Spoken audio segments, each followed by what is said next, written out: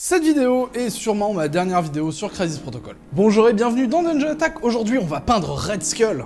Et j'ai vraiment une coupe de veuche approximative à balle. Bon alors Red Skull, ça fait un moment que je l'ai commencé et en fait, il me plaît pas du tout. Je trouve le marron pas forcément joli et en fait, normalement, il est censé être peint en noir. Sauf que là, je l'ai peint en marron parce que j'avais peur de peindre du noir. Mais ne pas faire quelque chose parce qu'on a peur de le faire, c'est vraiment une raison toute nulle. Donc aujourd'hui, on va le peindre en noir. Et pendant que je fais ça, je vais vous expliquer les raisons pour lesquelles il se pourrait que ce soit la dernière vidéo sur Crysis Protocol. Ok, la raison la plus simple, c'est que ça a pas l'air de beaucoup intéresser. Ma dernière vidéo de peinture sur Crysis Protocol est la vidéo la moins vue de la chaîne, donc c'est plutôt pas mal décourageant. En plus de ça, il y a un nouveau starter set pour Crysis Protocol, en français ce coup-ci, donc ça rend le projet de tout peindre, de vous apprendre à jouer, de faire un rapport de bataille, je trouve beaucoup moins pertinent. Donc ce qu'on va faire, c'est que je vais plutôt faire des récaps de peinture plutôt que des vidéos peinture sur Crysis Protocol. Par contre, on fera malgré tout un gameplay quand j'aurai tout peint. Mais est-ce que ça veut dire qu'on n'a plus de projet peinture sur la chaîne? Non, absolument pas. J'ai commandé la collection Hachette Warhammer Stormbringer et je compte faire des guides pour tous les numéros. On va monter les figurines ensemble, suivre le guide de peinture ensemble, mais je vais aussi se donner des petits tips supplémentaires, ainsi que des conseils d'achat de matériel dans chaque vidéo. Cette série, elle va être parfaite pour des débutants qui veulent commencer Warhammer, ou juste commencer la peinture. Bon voilà, merci d'être venu à cette conférence internationale sur Dungeon Attack pour savoir pourquoi on arrête de peindre Crysis Protocol. Est-ce que vous avez des questions? C'est une caméra, je parle à une caméra. Ah, bah pendant que je discutais, j'ai fini de peindre le noir. Bah on va regarder. Bon, il va falloir le highlighter maintenant. Pour ça, je mélange mon noir avec très peu de gris.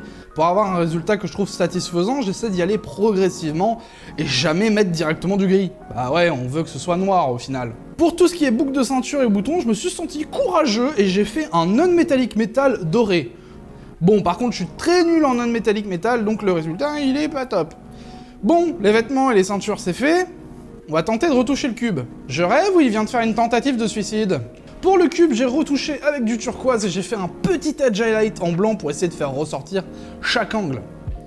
Ensuite, vient le visage et c'est le moment où j'ai passé le plus de temps, je pense. J'ai même sorti les lunettes grossissance du tryhard, on peut les voir juste ici. Bon, j'ai pas fait de super image du visage parce que peindre et le filmer en même temps, c'est vraiment pas facile. Je vous montre ça après, bien entendu. Ensuite, il est venu le temps de faire la base. Allez, un petit coup de scalpel. J'ai commencé par repeindre la base en noir vu que je voulais tenter un non-metallic metal argenté au dry brush. Et pour les briques, j'ai tenté un petit truc, alors story time. En tapant je sais plus quoi sur YouTube, je suis tombé sur la chaîne de Mohand Art. Et j'espère que je prononce ça bien. Qui fait des tutos peinture sur Crysis Protocol et je vous recommande vraiment son taf, c'est archi qualitatif. Et je suis tombé sur sa vidéo spécifiquement où il parle de basing et j'ai vraiment adoré le rendu que ça donne, du coup je me suis dit que j'allais tester. Mais j'avais aucune des peintures qu'il utilise, donc j'ai fait un petit peu à ma sauce. Mais comme je me suis inspiré de sa vidéo très fortement, je ne pouvais pas ne pas le citer, ça se fait pas. Et ben on dirait que pendant que je parlais, j'ai fini la figurine, on va regarder ça ensemble.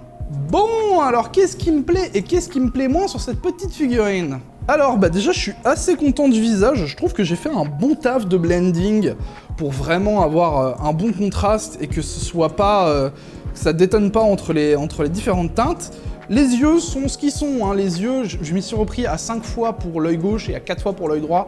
C'est compliqué les yeux, avoir un bon rendu qui regarde dans la même direction. Je me suis arrêté sur un compromis, c'est-à-dire dégueulasse mais pas trop haut. Donc mon compromis est là. Ensuite, le non-metallic metal de la boucle, j'ai vraiment du mal à comprendre. Pour le moment, j'ai pas encore compris réellement comment placer les couleurs. Je sais pas c'est quel ratio de couleurs qu'il faut que je regarde plus d'exemples et j'essaie de recopier un petit peu des trucs pour essayer de comprendre ce mécanisme-là. Mais ça va, c'est pas horrible, ça se lit comme étant du doré. C'est pas le meilleur doré du monde, mais ça se lit comme étant du doré. Ensuite, pour les fringues, franchement, ça va. Il y a un petit peu de contraste, sans que ce soit gris. Je pense que j'aurais pu essayer de highlighter avec un peu de bleu ou un peu de vert foncé. Ensuite, le cube, je le trouve ok. Franchement, ça va. Je sais pas si j'arriverai à vous le montrer correctement à l'objectif macro. Je vais essayer de faire des beaux plans comme d'habitude, mais je vous garantis pas qu'on le verra bien. Et le dernier truc, c'est la base. Alors, du coup, la partie que j'ai piquée à Mohand Art, je la trouve cool. j'ai pas réussi à faire vraiment ce que lui il avait fait. Comme j'ai dit, j'avais pas les bonnes couleurs, j'ai essayé un petit peu de faire à ma sauce. Je trouve le résultat quand même assez sympa, assez convaincant. J'aurais peut-être pu passer comme lui il fait dans la vidéo avec un petit peu d'airbrush pour essayer de blender un petit peu toutes les couches pour que ce soit un peu plus propre.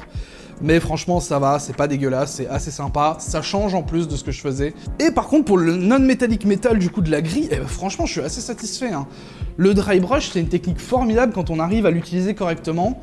Je dis pas que j'utilise correctement, attention, hein, je dis juste que je commence à comprendre des trucs avec. Et je pense que ça doit être la technique de peinture la plus sous-estimée qui existe. Sans déconner. Hein. Donc ouais, ça nous donne une figurine dont je suis assez content, et bah c'est la dernière figurine que vous verrez pas en vidéo. Bon, à moins que cette vidéo fasse genre 2000 vues, auquel cas je suis peut-être pas con, et je vais peut-être faire une suite.